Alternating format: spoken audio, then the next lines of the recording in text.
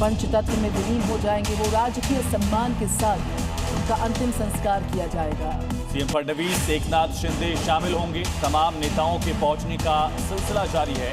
विद्या प्रतिष्ठान उनका पार्थिव शरीर पहुंच रहा है। अंतिम यात्रा जो है और इसमें उनके समर्थकों का हुजूम दिख रहा है। ये विद्या प्रतिष्ठान की तस्वीरें आप देख रहे हैं। पूरा मैदान जो है खचाखच भरा है। नितिन गडकरी, शरद पवार आपको नजर आ रहे हैं। महाराष्ट्र का पूरा मंत्रिमंडल जो है वो अपने उप मुख्यमंत्री अजित पवार को अंतिम विदाई देने के लिए, श्रद्धांजलि देने के लिए पहुंचा हुआ है। अब हर किसी की यादों में अजीत पवार हैं। हर कोई शोकजदा है। तस्वीरें लगातार सामने आ रही हैं बारामती से, जहां पर उनको अंतिम विदाई दी जा रही है। और इस बीच एकनाथ शिंदे पहुंच चुके हैं।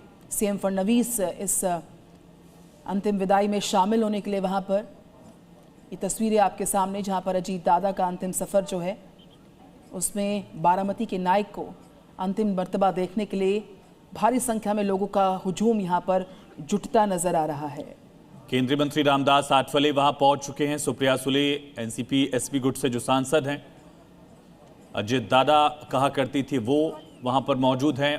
उप मुख्यमंत्री एकनाथ शिंदे को आप देख रहे हैं। पूरा मंत्रिमंडल जो है महाराष्ट्र का इस वक्त विद्या प्रतिष्ठान में पहुंच चुका है और राजकीय सम्मान के साथ तिरंगे में उनको लिपटाया गया और उसके बाद पंचतत्व में विलीन किया जाएगा। 11 बजे का वक्त बताया जा रहा है। दूसरी तरफ सबसे अहम जो हो जाता है, ब्लैक बॉक्स रिकवर कर लिया गया है।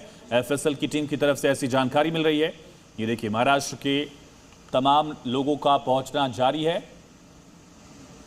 मुख्यमंत्री देवेंद्र फडणवीस के साथ ही मंत्रिमंडल के बाकी उनके साथी भी इस वक्त विद्या प्रतिष्ठान पहुंच रहे हैं। तो ये विद्या प्रतिष्ठान की तस्वीरें इस वक्त आपके सामने। सीएम यहां पर पहुंचते और इससे पहले अजीत पवार की जो अंतिम यात्रा है, उनकी कांटेवाली आवाज बारामती से शुरू हुई थी और उसमें लगातार अजीत दादा अमर रहे के नारे लगाते उनके समर्थक साथ चलते गए। वो तस्वीरें भी हमने आपको दिखाई हैं। बारामती से इस वक्त की लाइव तस्वीरें सामने आ रही हैं। एक तरफ विद्या प्रतिष्ठान की तस्वीर और एक तरफ वो सैलाब जो लोगों का उमड़ पड़ा इस अंतिम यात्रा में।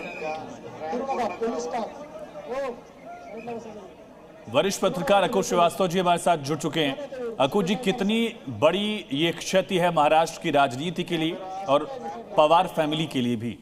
भले ही परिवार एकजुट दिख रहा था, राजनीतिक तौर पर अलग अलग थे, लेकिन दोनों परिवारों में या दोनों गुटों में एकजुटता भी थी पारिवारिक तौर पर। देखिए, निश्चित रूप से ये महाराष्ट्र की राजनीति के लिए एक बड़ी छवि है, क्षति है और पवार परिवार के लिए तो उससे भी बड़ी क्षति है। पवार परिवार ने शरद पवार, क्योंकि अब बुजुर्ग हो चुके हैं और ज्यादा सक्रिय नहीं है, तो ऐसी स्थिति में अजीत दादा परिवार की जो सबसे बड़ी खासियत रही है, कार्यकर्ताओं को एकजुट रखना, उनके सब कामों को करना, एक दूसरे के नाम से पहचानना। और जब वो एनसीपी एक थी तब भी वो उसके स्तंभ थे और उनके जाने के बाद एनसीपी पवार बिल्कुल क्षय की स्थिति में आ गई। जो काम अजीत दादा कर पा रहे थे वो तय बात है सुप्रिया सुले के बस का नहीं था और ऐसी स्थिति में उनकी जिम्मेदारी और चीजें और थी। दूसरा ये भी मानना चाहिए महाराष्ट्र की राजनीति में उन्होंने जो लोकप्रियता का क्रम बढ़ाया वो अपने आप में अद्भुत था, उसमें कोई इनकार नहीं कर सकता। तीसरी और बड़ी चीज ये कि ये सिर्फ एनसीपी की ही या पवार साहब की या एनसीपी अजीत दादा की का ही नुकसान नहीं है, बल्कि महाराष्ट्र की राजनीति और खास तौर से जो एनडीए की राजनीति है उसमें भी, एनडीए की राजनीति में भी अजीत दादा एक स्तंभ की तरीके से थे।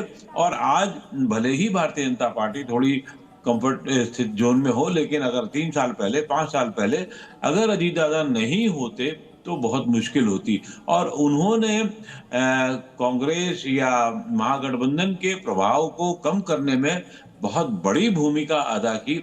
इस लिहाज से भी अजीत दादा पवार का बहुत निधन जो है बहुत मायने रखता है। और ये जो हुजूम उमड़ रहा है, इसी से आप समझ सकते हैं मराठा राजनीति को एक बड़ा नुकसान हुआ है।